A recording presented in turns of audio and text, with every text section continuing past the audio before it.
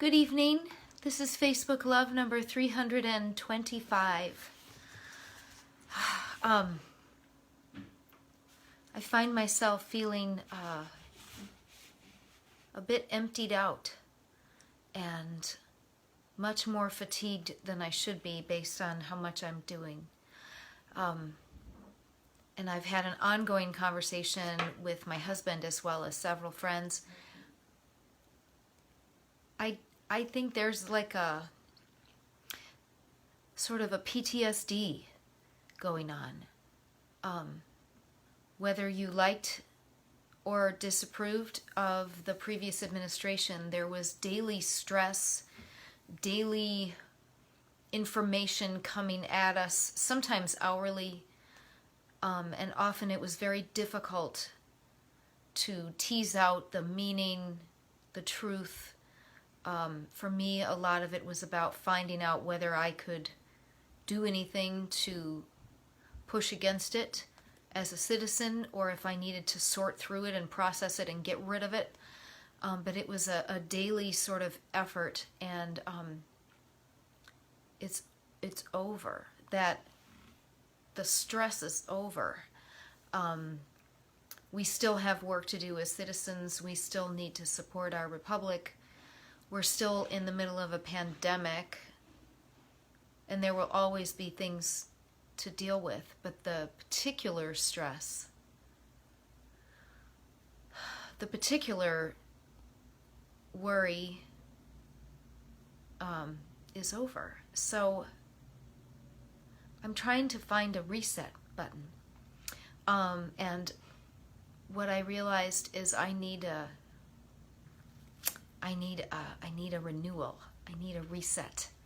So I picked up my trusty Mary Oliver and asked for that. I asked that question, and I opened to these two poems, and that's what I have to give myself, so I'll give it to you as well. So 2 poems today by Mary Oliver. The first is called The Buddha's Last Instruction. Make yourself a light, said the Buddha before he died.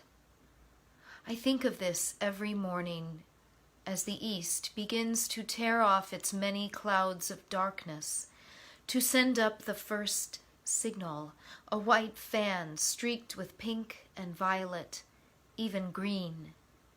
An old man, he lay down between 2 sala trees, and he might have said anything, knowing it was his final hour. The light burns upward. It thickens and settles over the fields. Around him the villagers gathered and stretched forward to listen. Even before the sun itself hangs, disattached in the blue air, I am touched everywhere by its ocean of yellow waves. No doubt he thought of everything that had happened in his difficult life. And then I feel the sun itself as it blazes over the hills like a million flowers on fire. Clearly, I'm not needed. Yet I feel myself turning into something of inexplicable value. Slowly, beneath the branches, he raised his head. He looked into the faces of that frightened crowd. The Buddha's last instruction.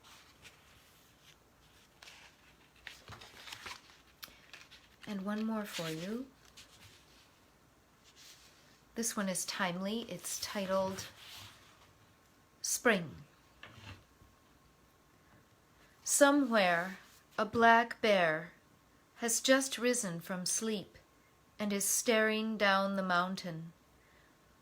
All night, in the brisk and shallow restlessness of early spring, I think of her, her 4 black fists flicking the gravel, her tongue like a red fire touching the grass, the cold water.